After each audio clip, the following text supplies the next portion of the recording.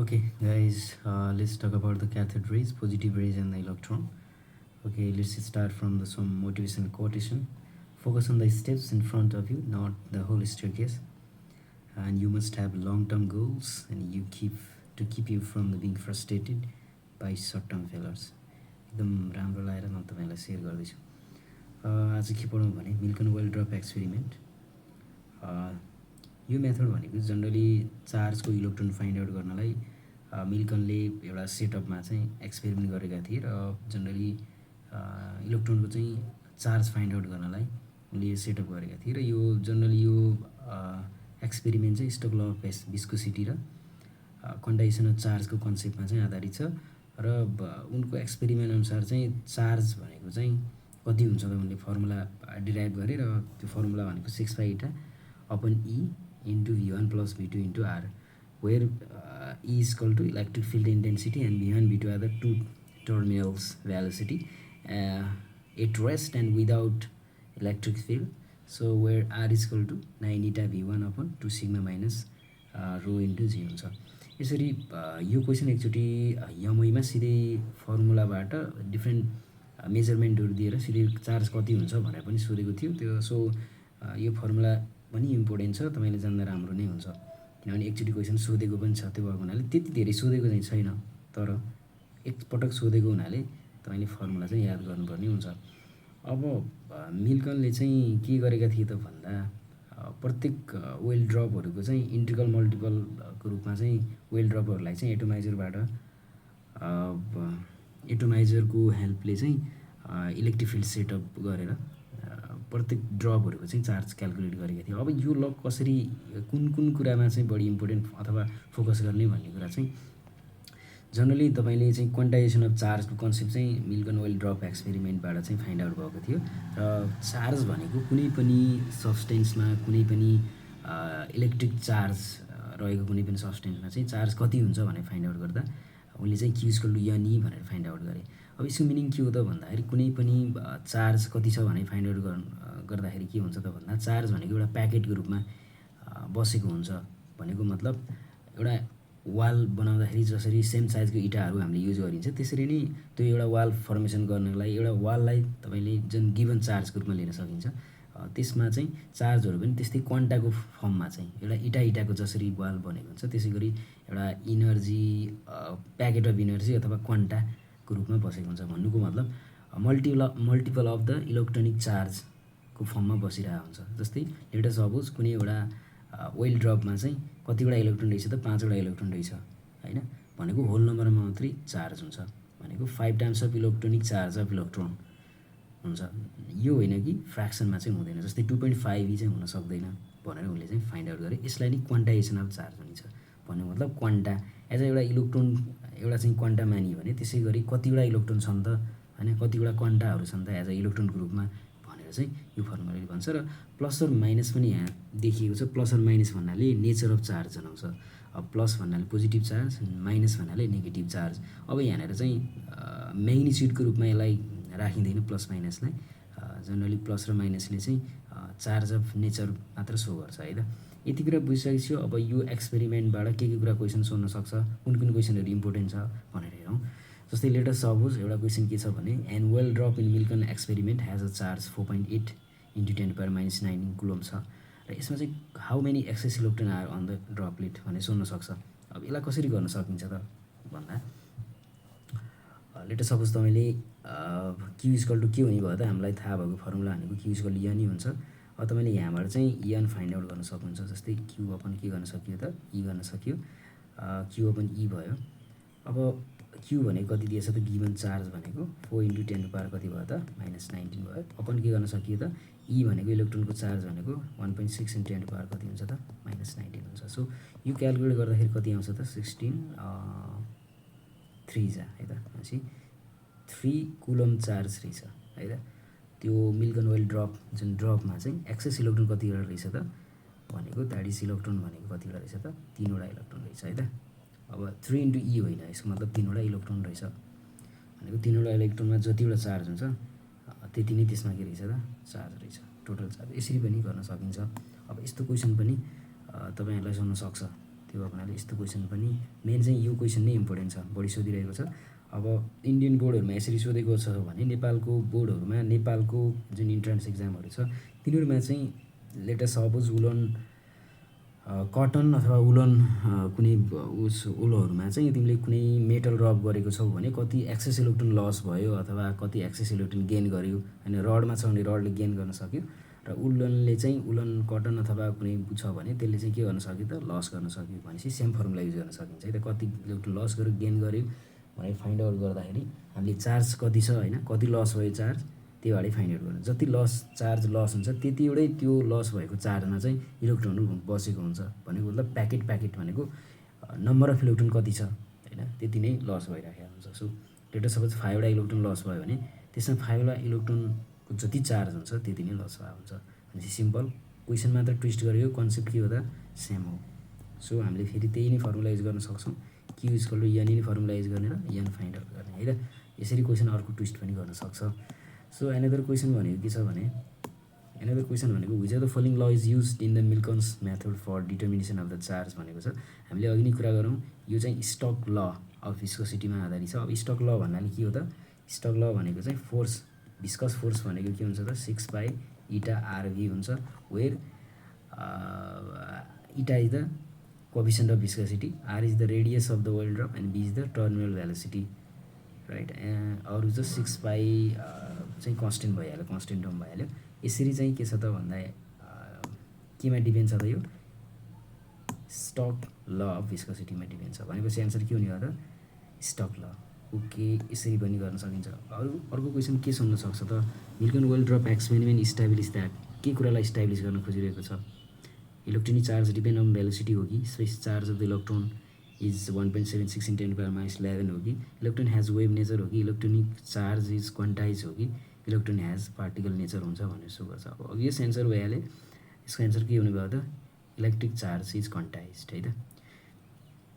Okay त्यसपछि अर्को question एकदम राम्रो क्वेसन छ हेर्नुहोस् यहाँनिर, if GE and GM are the acceleration due to gravity on the surface of earth and the moon respectively, and if milk and oil drop experiment could be performed on the two surface, one will find the ratio of electronic charge on the moon upon electronic charge on the earth to be भनेको छ। यसको मतलब GE र GM भनेको चाहिँ acceleration due to gravity on earth and acceleration due to gravity on moon छ भने तपाईँले इलेक्ट्रोनिक चार्ज मुनमा र इलेक्ट्रोनिक चार्ज अन अर्थमा मेजर गर्दै हुनुहुन्छ भने त्यसको रेसियो कति हुन्छ भनेर सोधेको छ, which is so quite interesting question.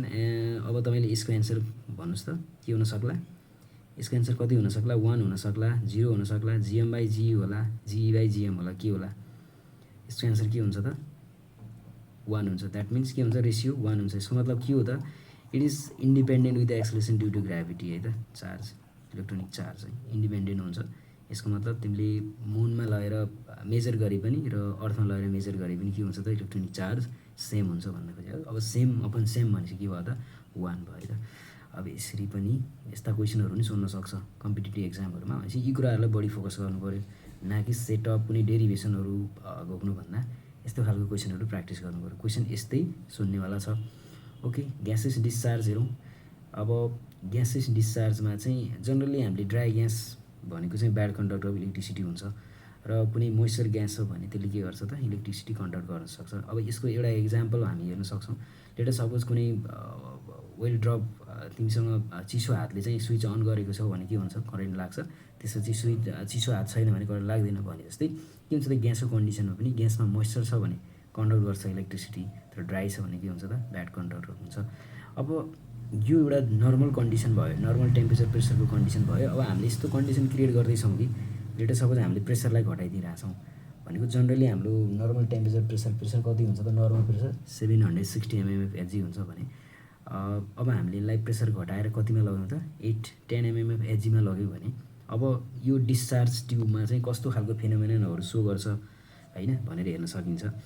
अब डिस्चार्ज ट्युब भन्नाले अब एउटा ग्लास हुन्छ, यहाँनिर ग्लास हुन्छ, यहाँ क्याथोड एनोड हुन्छ र क्याथोड एनोड भइसकेपछि हामी यसले चाहिँ इलेक्ट्रिक फिल्ड एप्लाई गर्छौँ हैन, यहाँबाट करेन्ट पठाउँछौँ। अब यो क्याथोड भयो एनोड भयो हैन। अब यसमा हामीले इलेक्ट्रिसिटी सप्लाई गर्छौँ र यहाँ हामीले के राख्छौँ भनौँ त ग्यास राख्छौँ, जुनसुकै ग्यास पनि हुनसक्छ, डिफ्रेन्ट ग्यास राख्छौँ। तर डिफ्रेन्ट ग्यास अनुसार यहाँनिर चाहिँ के हुन्छ त भन्दा जुन स्टिमरहरू बन्छ, पोजिटिभ कोलमहरू बन्छ, त्यो चाहिँ डिफ्रेन्ट कलरको बन्छ। लेट अस सपोज तपाईँले यहाँनिर चाहिँ नियोन ग्यास युज गर्नुभएको छ भने यो पोजिटिभ कोलमहरूको चाहिँ कलर कस्तो सो गर्छ त, रेड कलर सो गर्छ भने हाइड्रोजन छ भने के हुन्छ त, ब्लू कलर सो गर्छ। भनेपछि it depends upon the positive column and blue streamers are depends upon the what, the nature of gas. So अब अर्को चाहिँ के हुन्छ त, अब एउटा क्वेसन कसरी पनि सुन्न सक्छ भने यो तपाईँको पोजिटिभ कोलम र ब्लू स्टिमरहरू चाहिँ ग्यासमा डिपेन्ड गर्छ, कुन ग्यास युज गरेको छ त्यसमा डिपेन्ड गर्छ। तर अब क्वेसन कसरी घुमाएर सोध्न सक्छ भने कि क्याथोडमा अथवा एनोडमा डिपेन्ड गर्छ अथवा ग्लास जुन बाहिरको जुन ग्लास हुन्छ त्यसमा डिपेन्ड गर्छ त भनेर सोधेको हुन्छ। यसमा नझुकिने कि अरू कसैमै डिपेन्ड गर्दैन होइन। कतिले इलेक्ट्रिसिटी पठाएको छु त्यसमा पनि डिपेन्ड गर्दैन। जनरली इलेक्ट्रिसिटी हामीले चाहिँ 10 to 30 किलोभोल्ट युज गर्छौँ भनेपछि अब यसमा पनि लगभग डिपेन्ड गर्ने भयो। तर जनरली डिपेन्ड गर्ने भनेको चाहिँ नेचर अफ ग्यासमा हो। क्याथोड एनोड तिमीले कुन क्याथोड के को क्याथोड राखेको छौ, के को एनोड राखेको छौ त्यसमा डिपेन्ड गर्दैन है त। क्वेसन यसरी पनि सोध्न सक्छ। क्वेसन हामी फेरि यो रिलेटेड क्वेसन पनि हेरिहाल्छौँ है त। ओके, अब नेक्स्ट चाहिँ अब हामीले प्रेसर घटाउँदै गइरहेको छौँ होइन। सुरुमा हामीले 8-10 mmF एचजीमा गऱ्यौँ भने चाहिँ हामीले इलेक्ट्रिसिटी पठायौँ भने चाहिँ यहाँ कस्तो खालको देखिन्छ त, क्र्याकिङ साउन्डहरू आउँछ, लुमिनस ब्लू स्टिमरहरू आउँछ। त्यस्तै गरेर हामीले प्रेसरलाई घटाएर 5 mmF एचजीमा लग्यौँ भने चाहिँ Geissler discharge of colour of the positive column depends upon the nature of the gas. अघि नै भनिसक्यो होइन। डिस्चार्ज जेस्लर डिस्चार्ज भन्नाले जुन जो डिस्चार्ज ट्युब जुन फर्मेसन गरेको छ त्यो चाहिँ कुन साइन्टिस्टले बनाएको हो त, जेस्लरले बनाएको। त्यही भएर त्यसकै अनर स्वरूप चाहिँ जेस्लर डिस्चार्ज भनिएको है त। अब यो कुरा भइहाल्यो। त्यस्तै गरेर प्रेसर फेरि अगेन के गरियो त, प्रेसर 1 mmF एचजीमा घटाइयो भने पोजिटिभ कोलमहरू चाहिँ क्याथोडको एनोडको नजिकमा र नेगेटिभ ग्लोहरू चाहिँ क्याथोडको नजिकतिर देखिन्छ। अनि त्यसपछि फ्राइडे डार्क स्पेसहरू पनि त्यो बिचमा देखिन्छ है त। यो पनि इम्पोर्टेन्ट छ। अब अर्को भनेको चाहिँ 0.5 mmF एचजीमा चाहिँ के देखिन्छ त डिस्चार्ज ट्युबमा भन्दा क्याथोड ग्लो र क्रुक डार्क स्पेसहरू देखिन्छ। अब यो प्रेसरबाट एक्चुअली क्वेसन सोधेको छ होइन। क्रुक डार्क स्पेस चाहिँ कति प्रेसरमा चाहिँ देखिन्छ भनेर सोधेको छ। Very important question. अब तपाईँले यो चाहिँ जान्नु पऱ्यो है त। भनेपछि कतिमा देखिन्छ त क्रुक डार्क स्पेस भनेको 0.5 mmF एचजीमा। भनेपछि यो डिफ्रेन्ट प्रेसरमा चाहिँ के फेनोमेननहरू देखिन्छ। So it is very important है त। अब यहाँ फिगरहरू राखिदिएको छु मैले होइन। डिफ्रेन्ट प्रेसरमा के बन्छ भनेर तपाईँले हेर्न सक्नुहुन्छ। जस्तै सुरुमा चाहिँ स्टिमरहरू ब्लू स्टिमरहरू फर्मेसन भइराखेको हुन्छ र इलेक्ट्रिसिटी जुन एउटा पोटेन्सियल जुन सेटअप गरिराखेको हुन्छ।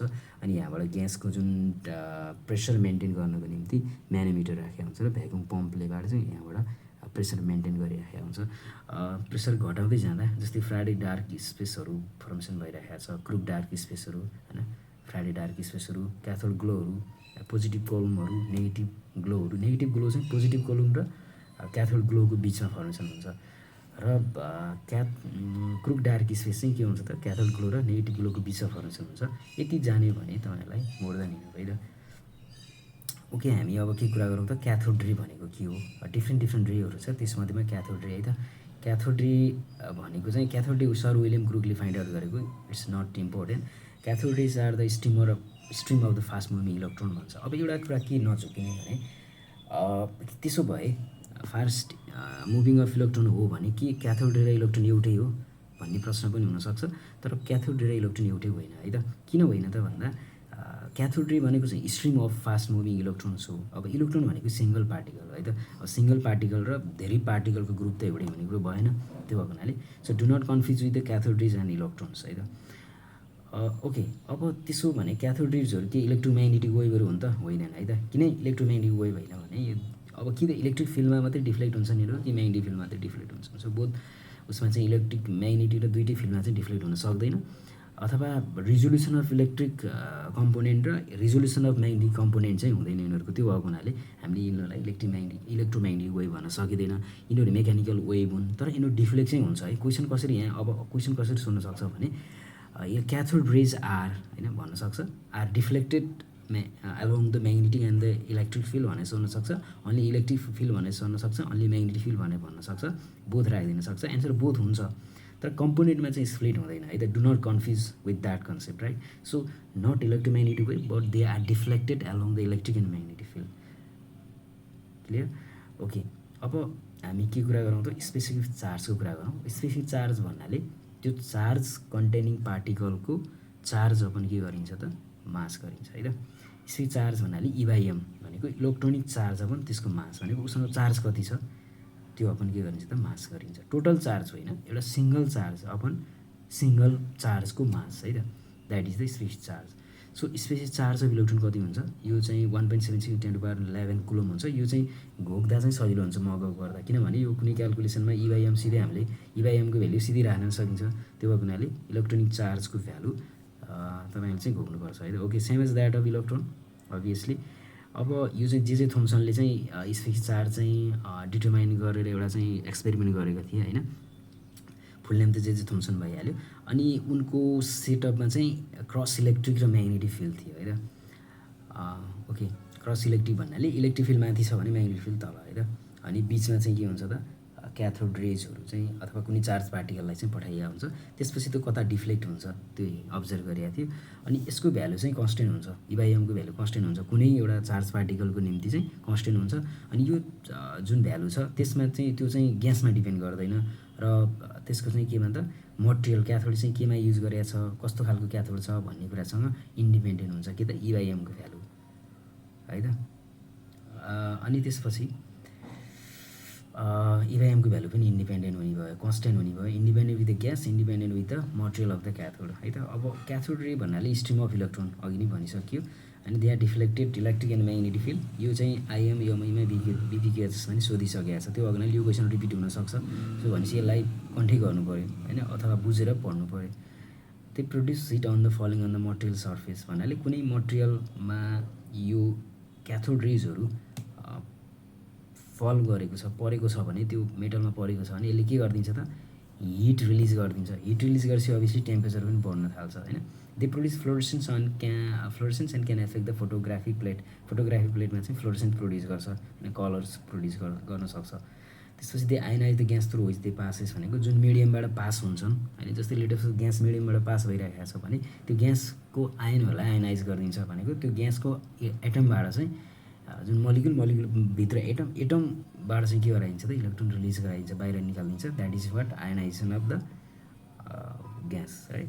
सो आयनाइज गराइदिन्छ। यो similar with the positive rays हुन्छ है त। पोजिटिभ रेजले पनि के गर्छ त मिडियमबाट पास भयो भने आयनाइज गरिदिन्छ मिडियमलाई होइन।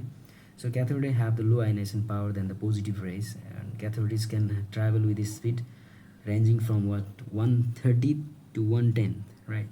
भनेको मतलब भेलोसिटी अफ लाइटलाई 30ले डिभाइड गर्ने, भेलोसिटी लाइटलाई 10ले डिभाइड गर्दा जुन रेन्ज हुन्छ त्यो रेन्जभित्र चाहिँ यिनीहरूको स्पिड हुन्छ। भनेपछि स्पिड अफ इलेक्ट्रोन पनि हुँदैन। त्यो भएको हुनाले इलेक्ट्रोन भन्नु र क्याथोड रे यो भन्ने एउटै रहेछ त, रहेन रहेछ। Okay, then they possess the kinetic energy and they can exert the mechanical pressure. Kinetic energy हुन्छ होइन, सर्टेन इनर्जी हुन्छ। काइनेटिक इनर्जी भएको कुनै पनि पार्टिकलले कुनै कुरासँग ठोक्की स्ट्राइक गऱ्यो भने अभियसली के गर्छ त मेकानिकल प्रेसर एक्जर्ट गर्छ होइन। यो कुरा त अभियस फ्याक्ट भयो। अब एउटा क्वेसन सोधेको छ इन्डियामा पनि र नेपालको बोर्डमा पनि सोधेको छ, के क्वेसन यही रिलेटेड कन्सेप्ट लिएर है।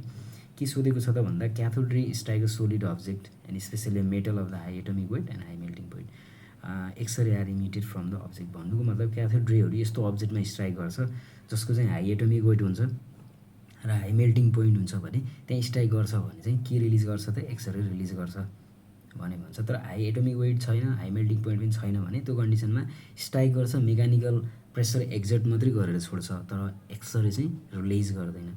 अब यही रिलेटेड एउटा क्वेसन हेरौँ, जस्तै when cathode ray strike a metal target of high melting point with a very high velocity then which of the following are produce भनेको छ।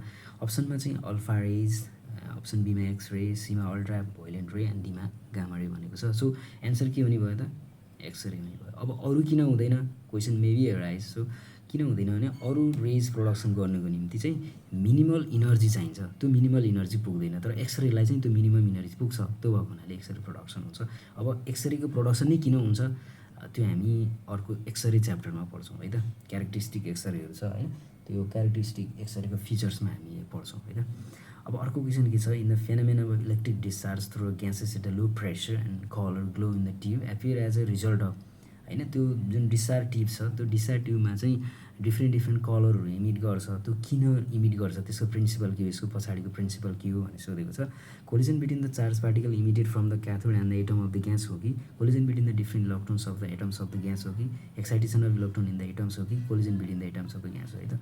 अब यो कुरा इन्डियन बुकहरूमा पनि एन्सर चाहिँ सीमा लेखेको छ, तर एन्सर सीमा हुँदैन है, सी हुँदैन है एन्सर, अप्सन सी हुँदैन, किन अप्सन ए एन्सर हुन्छ। मैले यो धेरै बुकहरूमा हेरेँ एन्सर, अनि त्यसपछि डिफ्रेन्ट यो च्याट जिपिटीहरू पनि युज गरेर हेर्दा एन्सर चाहिँ के छ त, एन्सर ए छ। किनभने collision between the charge particle emitted from the cathode and the atom of the gas, किनभने अलिकति रिलायबल पनि लाग्यो, किनभने क्याथोडबाट चाहिँ इमिटेड पार्टिकलहरू हुन्छ, चार्ज पार्टिकलहरू रिलिज गरेर हुन्छ क्याथोडले, त्यो गएर स्ट्राइक गर्छ होइन। त्यो स्ट्राइक गरेको हामीले अघि नै भनिसक्यो, कुनै रेजहरू पास भइरहेको छ क्याथोड अथवा क्यानल रेजहरू, डिस्चार्ज हुँदा क्यानल रेज फर्मेसन हुन्छ।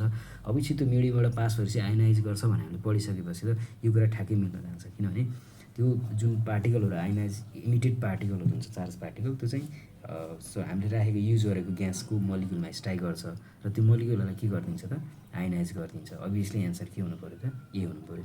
सो नेक्स्ट क्वेसन के छ, the colour of the positive column in the gas discharge tube depends upon भनेर भनेको छ।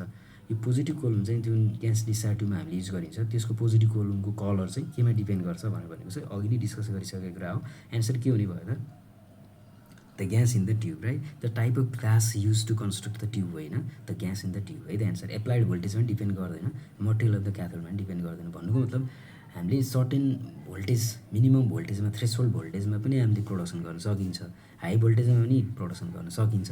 भनेपछि भोल्टेजले फरक पारेन। हाई भोल्टेज बढाउँदा कलर बढ्ने, लो भोल्टेज गराउँदा कलर घट्ने बढ्ने भएको कन्डिसन थियो भने चाहिँ यो डिपेन्ड गर्छ भन्न सकिन्थ्यो, तर त्यो कन्डिसन छैन। त्यो भएको हुनाले हामीले युज गर्न सकिन्छ। ओके गाइज, अनि केही नजिकको क्वेसन छ भने कमेन्ट गर्न सक्नुहुन्छ है त।